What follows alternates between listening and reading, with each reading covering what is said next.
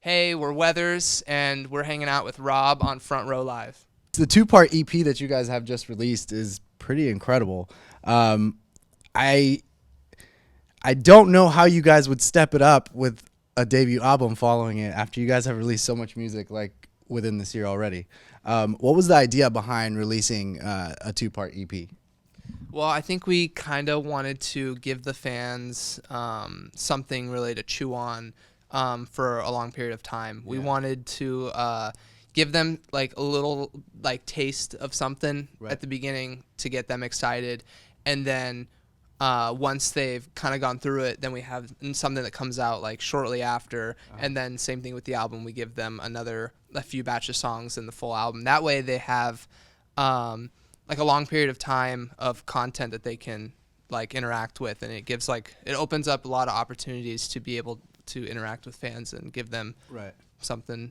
Yeah. Well, the fact that you guys release so much music like so quickly, like it makes me like know for sure that you guys have a lot to write about.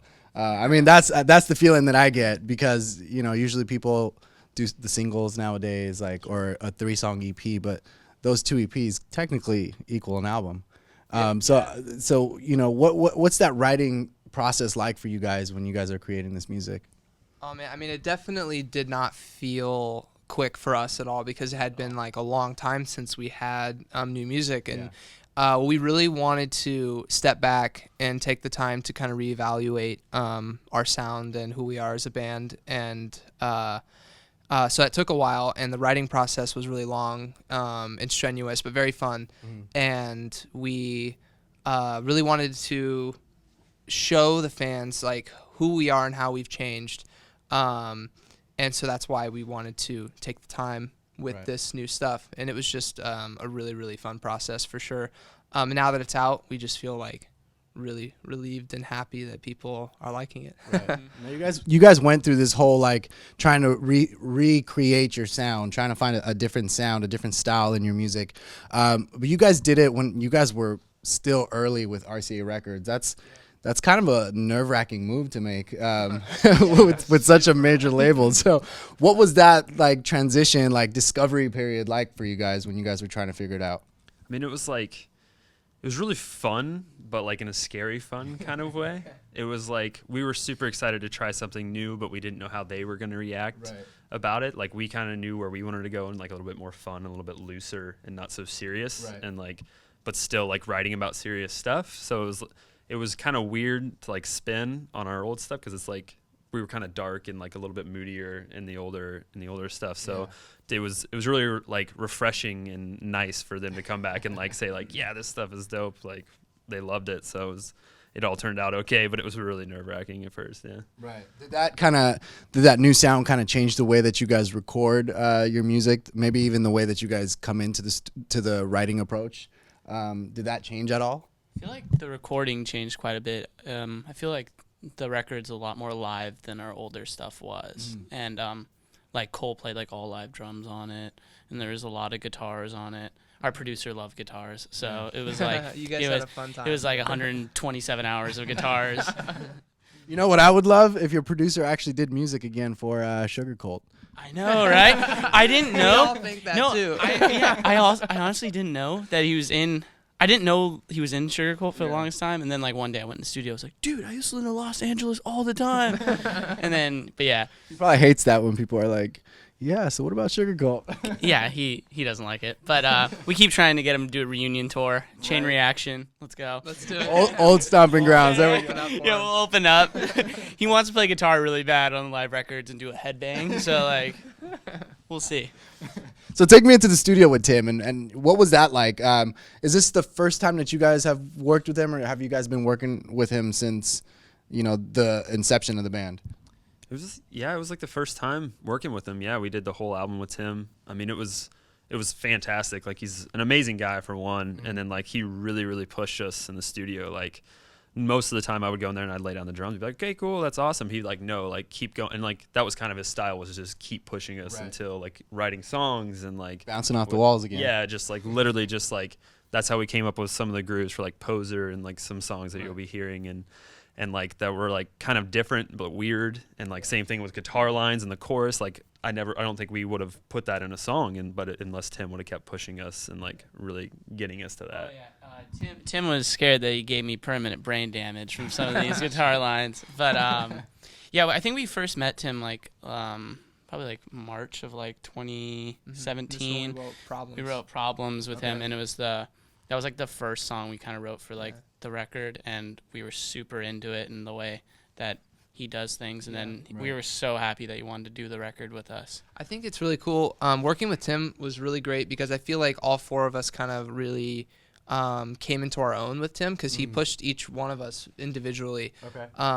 You know, I mean, with Olsen, I mean, I remember being in the studio with him and sitting on the couch and just being like, oh my gosh, they're still going on guitar. Because, like, they were doing so many things and trying so many new things.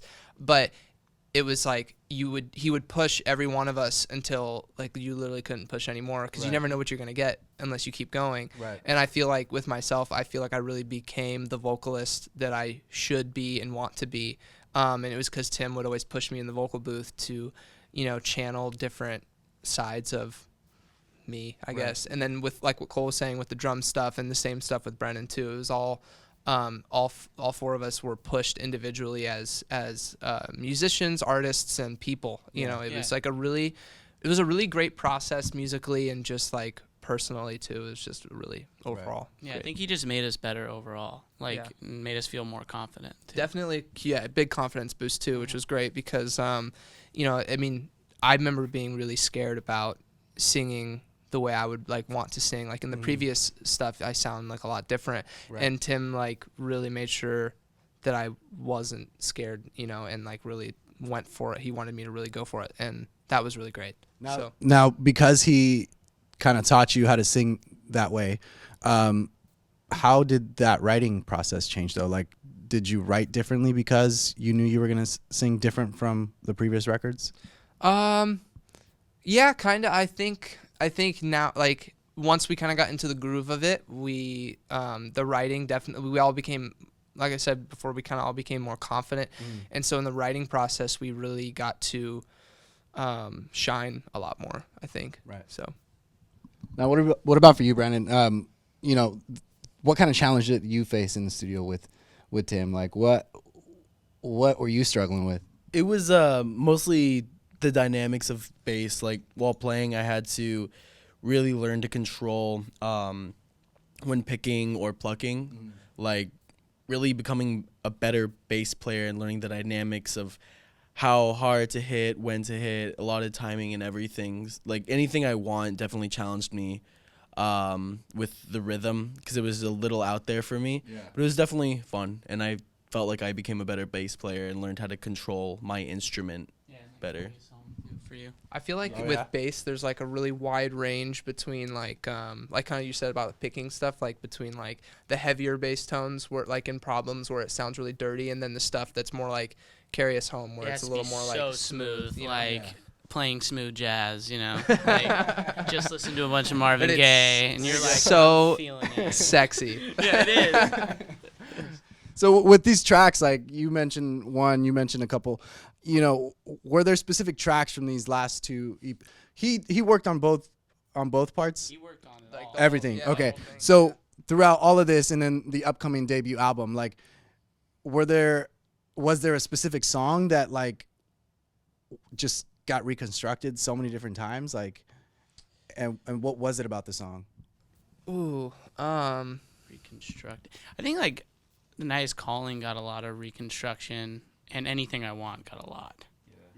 oh, that's right. Yeah. Anything I Want was a huge one that sounded totally different in the demo. And then I think Shallow Water also got like a huge Like the makeover. chorus, like guitars especially. Drums too, the drums. Yeah, the drum. It Yeah, definitely helped to give it a big boost that it needed. yeah, like the drums were a lot more. You know, they were live. You know, from the demo and everything. That's probably my favorite drum song too. Yeah. It's gotta be. It's kind of funny that Shallow Water is the hardest guitar song, because like when you think, if you listen to the record, like, oh, the song is probably the hardest played, like I'm Not Okay or Problems or something like that. Because it's so prominent. Because like, you know, it's so prominent, it's more like rock and roll, but Shallow Water is like the hardest song to play on You guitar. gotta stretch your hands. Yeah, on that one. if I had to do a tutorial for that on YouTube, it'd probably be like 30-minute video. Finger by finger. We'll have 2 releases, like the EPs. You'd have an ad right in the middle of it because it's that long.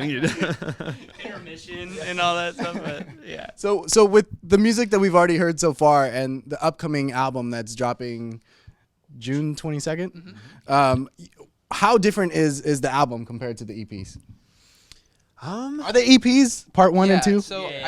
I think the cool thing about the album is when we originally wrote all these songs, we had kind of in our heads, we kind of wrote them to be in a sequence. You know what I mean? So what's really cool is it feels almost like the 2 EPs are almost like teasers to the album, if that makes sense. So like now that you have the album, fans can listen to the sequence in a sense in the way they're meant to be listened to, you know, because it like tells a story. I would say like it's not like a rock opera, you know, but it's like, but it kind of tells like a feeling kind of more like you go through like a cycle of feelings when you listen to the whole thing, and then at the end it kind of comes full circle. Right.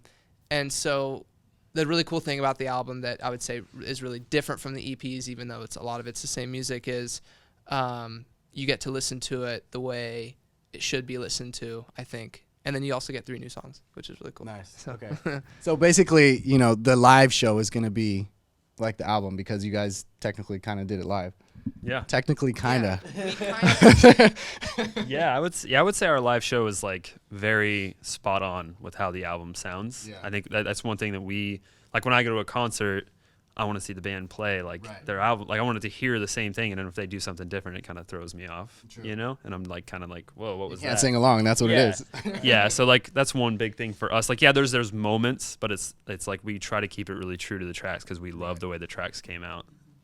Yeah, we definitely want to play the music, like live the way the fans hear it and relate to it.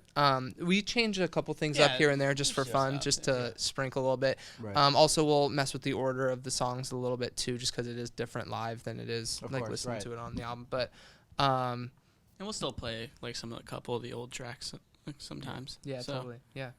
So Now with this, I mean, at least these two parts that I've been listening to, you guys dive into some serious stuff like, you know, mental health and you know, just serious topics, something that, you know, it's hard to put to paper, let alone release it to the audience. So it's like, what was that like putting, you know, getting those ready to record or just even writing them in the first place? Like, did you have second thoughts before saying like, I want to write about this? Oh, many times. Yeah, I mean, like it brings up the question or the topic of mental health, and also not even so much just mental health, but and almost more so actually just about taking bad experiences in your life and learning to turn them around and actually turn them into, in a way, good experiences. You know, like you have something bad that happened and you actually make like a song out of it, you know, like 1983, like is about my car that broke down, and we wrote a really cool song about it. So it's almost kind of like taking something bad happened, but if it weren't for that, we wouldn't have had a really cool song, you know. And one of the songs, you know, coming out on the album is about like my mom and like some of the stuff that she's gone through, and there's you know, I'm Not Okay, for example, is like a song that kind of encapsulates the whole album about being okay with not being okay, and that's something that we really want the fans to know. And it's really just about, it's you know, it can be about mental health, it can be about anything you want it to be, but it's really just about taking the bad times in life and then flipping them and making them good things or things to learn from, and bettering yourself as a person and realizing that having those bad things make you stronger. So therefore, it's okay to not be okay. Right. Yeah. Now, with the album title, Kids in the Night, is there a significance to that title? Yeah, I mean, we, you know, we're kind of like kids, you know, and we like kind of the innocence that goes along with the whole kids thing. And when you think of that in the night, you kind of think of freedom a little bit, and it's kind of this like empowerment, you know, like because you're learning how to, again, like be okay with not being okay, so it feels kind of like you're running free now. like a kid in the night. And there's also something just about the night that that I know personally I really like too. Driving in the night is like probably the best feeling, one of the best feelings of all time. You know, and I think we all would agree on that. And, It's like one of the greatest. Mental health is something you can't like see if you just look at someone. That's a good point. So kids in the night, it's like you don't really know what's going on in their head. That's a really good point. Yeah. I like how you guys played with that. Yeah. Now, this record drops June 22nd. Then you guys are going on tour with Dreamers. I think it's September is when the tour kicks off. Yeah. What can we expect for this tour? What's going to be so different this time around? What do you think? You know, I think it's gonna be a great time. It's gonna be a really fun tour. It's been a while since we've been on the road that long, and it'll definitely be a good experience with Morgan, Rad Horror, us, and Dreamers. It'll be a really good combination. A lot of great artists getting together, and it'll be really fun. I think all of us will put on good shows for the audience. Yeah, I think like with the lineup that we have, like with Morgan, like I'm a big fan of the Home and like his new single and stuff. So I'm excited to see him. Just the and lineup alone is just great. yeah, and then Dreamers, like they put on a fantastic show too. So I think everybody's gonna have a great energy, and like I think if you come, like the whole time, it's gonna be just like an amazing show all around. So I'm excited to get to know all those guys and get back out there. I think it's gonna be awesome. Plus, we actually know Dylan from Rad Horror too. We're pretty like we go back a little ways with him, and I know that we're also really excited too, just because we get to play all this new music for everyone, which is really cool because before all this new music, we only had 2 songs released, but yet when we went on tour before, we played a bunch of songs, and those were songs that we were kind of testing and tampering with and playing with and seeing, where we were. But we have grown a lot, and now we're playing a full batch of songs that will be out for everyone. So that's going to be a whole new experience for us too, is sharing now this music that people will actually know and people have listened to and that's out for everyone to listen to, because like before we only had 2 songs, so that's really cool to be able to share all the new music with fans. It's really awesome.